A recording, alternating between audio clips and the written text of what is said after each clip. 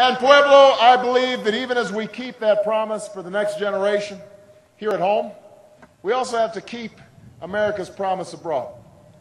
John McCain wants to have a debate about who has the temperament and judgment to serve as commander-in-chief. I want to have that debate with John McCain.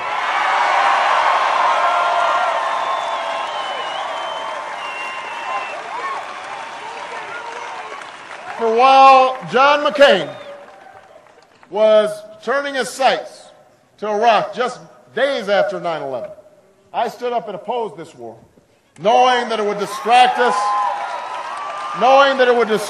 from the real battle we had to fight, the real threats we faced in Afghanistan and bin Laden and those who actually killed 3,000 Americans.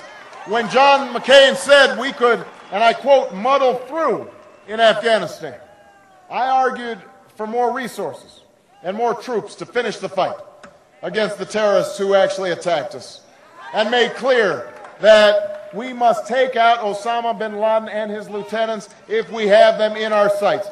John McCain says he wants to chase bin Laden to the gates of hell. He just needs to chase them to the caves where he lives, and that's what I will do. That's what we will do. That's what America will do when we have our priorities straight. And today, as my call for a time frame to remove our troops from Iraq has been echoed by the Iraqi government and even by the Bush administration, even after we've learned that Iraq has a $79 billion surplus while we're wallowing in deficits, John McCain stands alone in his stubborn refusal to have a plan to end this misguided war. That's not the judgment we need. That won't keep America safe.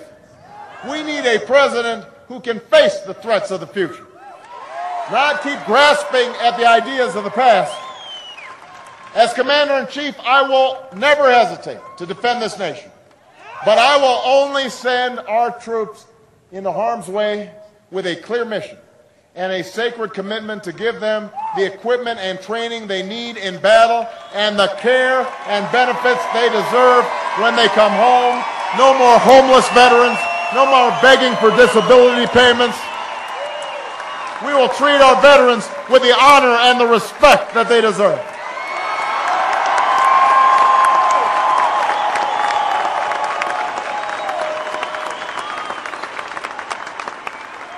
So, Pueblo, I will end this war in Iraq responsibly. I will finish the job in Afghanistan against al-Qaeda and the Taliban.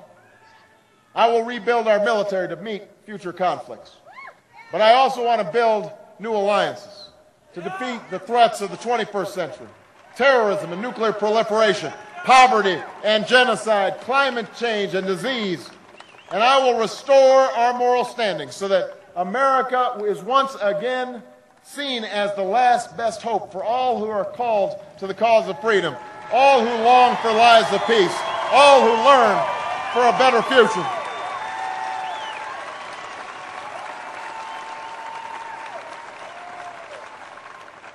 In the weeks ahead, I look forward to debating these policies with John McCain.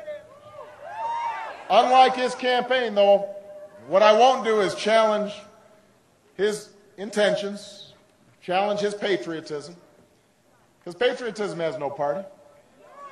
I love this country. So do you. So does John McCain.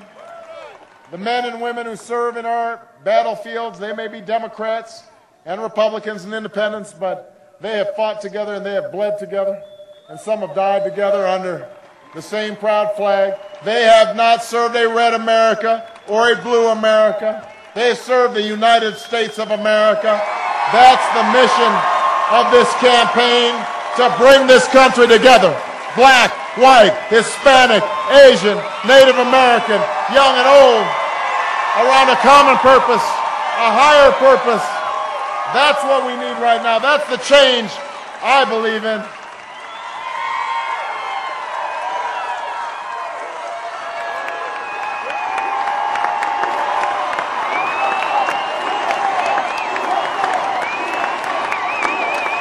The time The times are too serious. The times are too serious and the stakes are too high to allow the other side to pull the same stunts and use the same scare tactics that they always do. Because we know what the consequences are. We've lived them. We've seen them turn entire campaigns and debate about swift boats and windsurfing instead of about health care and education. And what do we get when it's over? Iraq and Katrina and millions of people without jobs or homes or health care. Young people without opportunities to go to college. Children languishing in poverty. Wall Street teetering on the brink of disaster. Enough. 8 years is enough.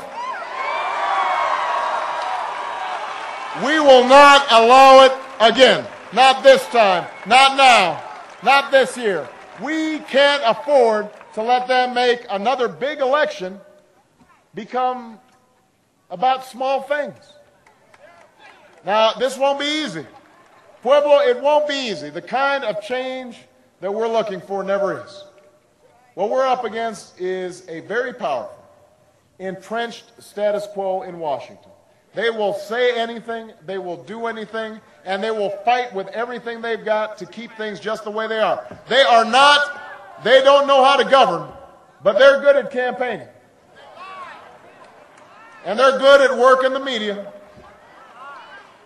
But I feel good about our chances. I feel good about our chances here in Colorado.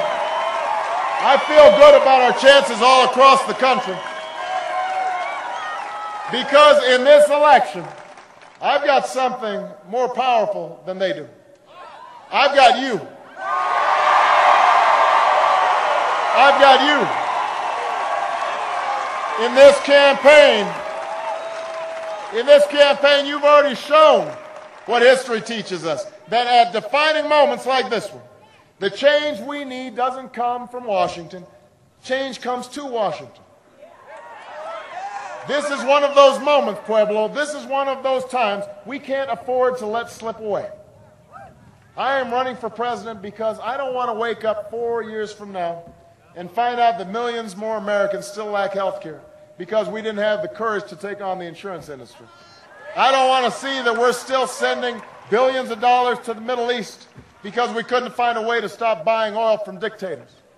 I don't want to see more Americans fell out of the middle class and into poverty. I don't want to see homeless veterans on the streets. I don't want to send another generation of Americans to schools that can't compete. I don't want that future for my children. I don't want that future for your children. I don't want that future for America.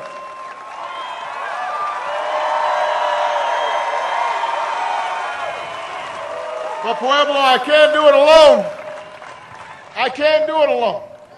I need you to make it happen. So if you want the next 4 years looking just like the last 8, then I'm not your candidate.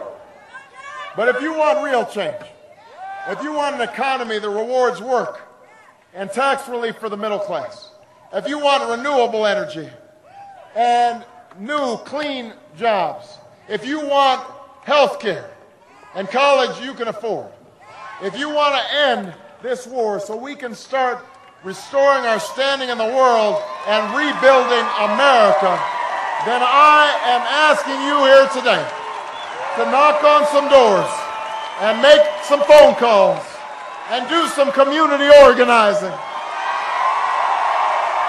And give me your vote on November 4th. Let's roll up our sleeves. Let's get busy and get to work. And you and I together, we are going to change this country and we're going to change the world. Thank you, everybody. God bless you. God bless America.